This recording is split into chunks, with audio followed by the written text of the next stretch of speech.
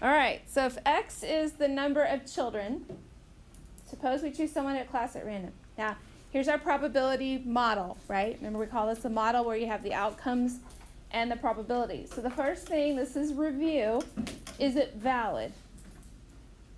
And why? Is this a valid model? Do you remember what we have to look for to make it valid? If all the probabilities add up to 1, do they add up to 1? Yes? 3 plus 7 is 10, plus 9 is 19, plus 5 is 24, 27, 28, 29, 30. Yes. Okay. So yes, all probabilities add up to 1. That's one criteria. What's the other criteria? Do you remember? Between 1 and 0. Good, yes. All probabilities are between 0 and 1. So because both of those are confirmed, it is a valid model. So the number 2 is 5.7167, a possible value for X. X are the number of siblings up here. Is that a possible value? No, why not? Huh? Well, outcomes are the number of siblings, right? Remember, X represents the number of siblings. You can't have a fraction of a sibling, right? You can't. You can't. So, no, doesn't work.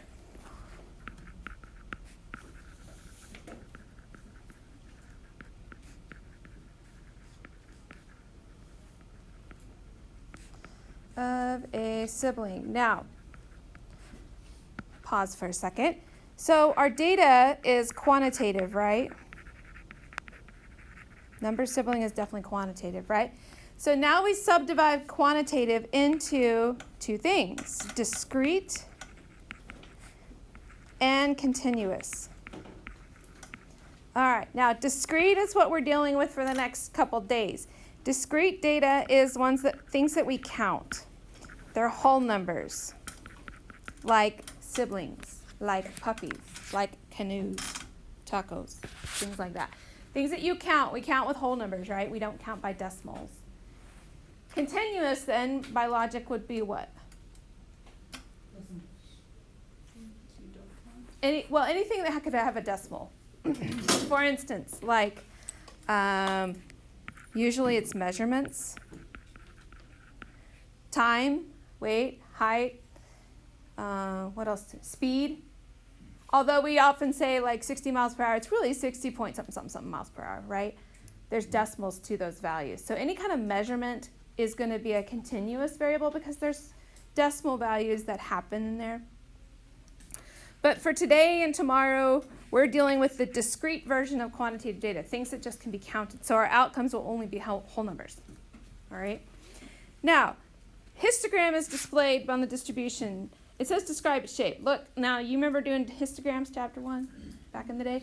It's already drawn for you. You can see that, just for a second, the y-axis is the probabilities. Okay? Your x-axis are the outcomes. And how did we get to 10% here for 1? Well, 3/30 is 1/10, right? So 10%. So they just converted these probabilities to percentages and drew the bars accordingly. All right. So if you look at this, I think on one of the practice it has you construct a histogram, but it's not that hard. And then describe its shape. What would you call the shape? Yeah, this would definitely be skewed right.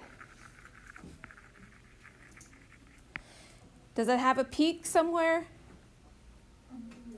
With what does that peak represent? Well, how many siblings does it represent? 3? I'd say skewed right with a peak at 3 siblings. Okay, just putting a little context in there. So the most frequent value we ended up with was 3 siblings out of our class, right? Not surprising. Now, describe in words, what does this notation mean? P x is greater than or equal to 3 is? What does that mean in words in this context? Okay, probability of 3 or more siblings. And how would you calculate that using what they gave us?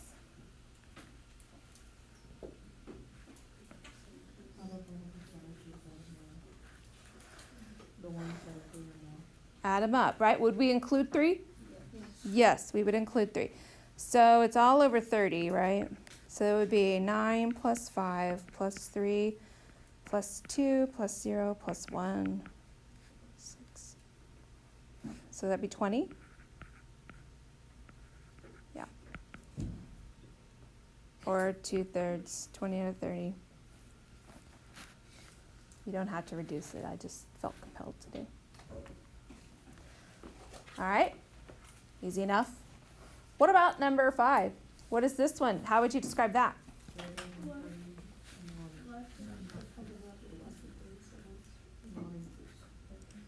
Yeah, this would be more than 3 siblings. So in this one, we do not include the 3, do we? So that'd be 5 plus 3 plus 2 plus 1.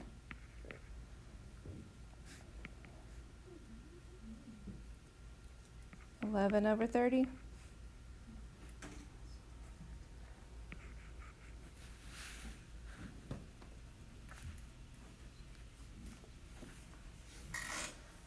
All right, so Mr. Didio, whatever his name is, finds the average of all the x values. We're trying to find out what is the average number of siblings for these students in the class. And this is how he did it. Look at what he did. He took the outcomes, divided by 8, and he got an x bar of 4.5. All right, so he says that the average family has 4.5 children. Is this correct? He did not say approximately. He would get docked for that, but that's not the issue here. Yes, you're right. What do you think that's accurate here? No, because he didn't use the probabilities. He used the x values. He only used the x values. He didn't use the probabilities. Why would we need to use the probabilities? You're right. Why is that important here? Because that's how you get the average of the probabilities. But it's the average of the number of siblings that we want. So. There's not an equal distribution of numbers with one sibling versus 8. Yes, exactly. If these probabilities were all the same, then that would work, right? But we can see from the histogram, there's a peak at 3, and then it goes downhill from there. So these are less likely than these. So somehow our averaging has to reflect those probabilities. We call that a weighted average. Y'all have heard of that, right? Guess what? Your GPA is a weighted average, right? It's a weighted average. So how do we find the weighted average? Well, I'm going to show you the long way, and yes, there's shortcuts, and we'll get to them, okay? But right now, we're going to take the outcome. The first outcome was a 1, right? And multiply it by its probability, times 3 out of 30. The second outcome was 2 siblings, which was 7. Is that right? 7 out of 30. Plus 3, which was 9 out of 30. Plus 4. 4 times 5 out of 30. 5 times 3 out of 30. Plus 6 times 2 out of 30. Plus 7. Does 7 matter? Not really. 8 times 1 out of 30. So that's a kind of a beating to put in our calculators, isn't it? I'm going to show you how to do it real quick in your calculator, so hang on. But this one then comes out to be,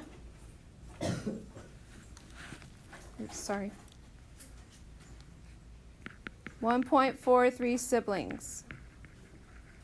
Does that make a little more sense? That the average number of siblings would be 1.43? Yes.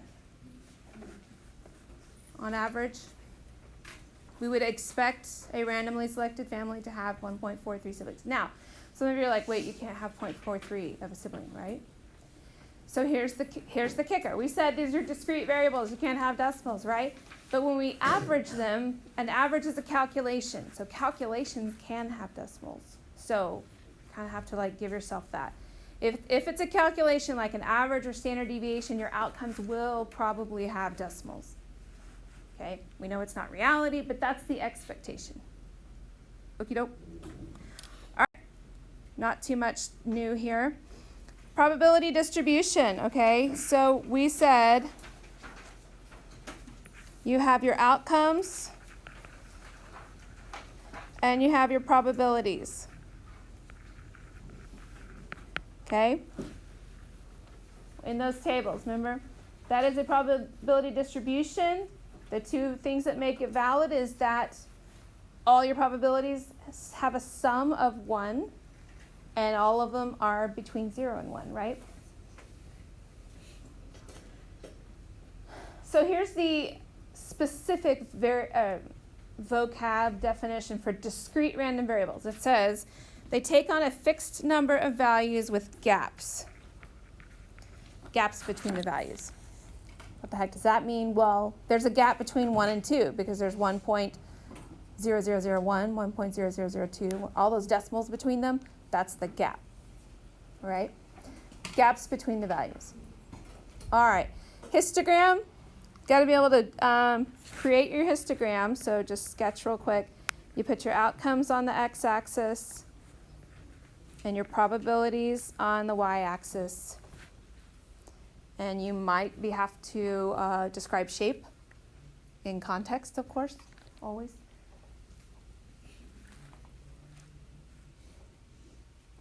All right, now the mean, so this is a vocab thing. Sometimes you find the mean, I mean, we're used to finding mean of something, right? But now when we get into probability, they change the wording and they call it the expected value, but it's the mean. It is the mean.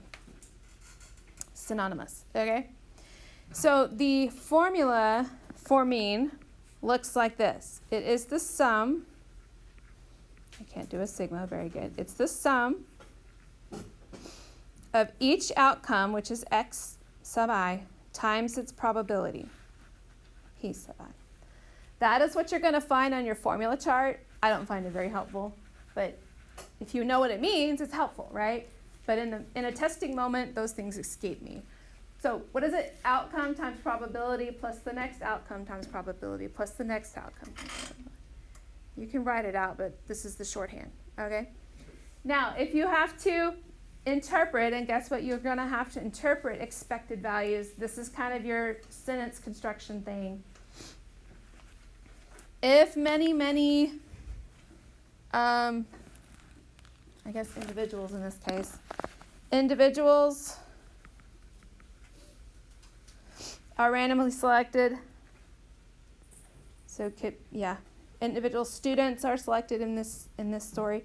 The average number of I'm going to put it in this, siblings they have is about, and then whatever you get for your expected value. Again, there's that many thing in there, right? When we do probability, it's over the long run, so you can't just say if one is selected, it has to be over many are selected. On average, the number of blank is whatever. All right. Try this out. You at your tables, try it out together. I'll give you 5 minutes because it doesn't take that long. This is about Home Alone, American Christmas family movie. There are 5 Home Alone movies. Did you know that? I didn't know there were 5. It's news to me. Below is a distribution of the number of Home Alone movies watched by a very large sample of high school students. All right, ready, go. Figure it out.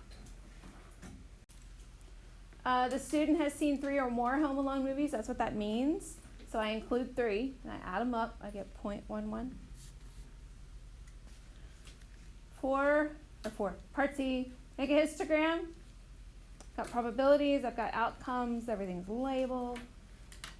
I would say it's right skewed with a peek at 1 Home Alone movie watched. And in part D, got to show this part. I'll show you some shortcuts in the days to come, okay? For now, we show this, and I just did the math here and then added them up. I got 1.43. And then hopefully you caught in the question it said to interpret as well, practice interpreting. So if many students are randomly selected, the average number of Home Alone movies watched would be 1.43 movies. Good? Not difficult so far, right? No, not so bad. Nothing too weird.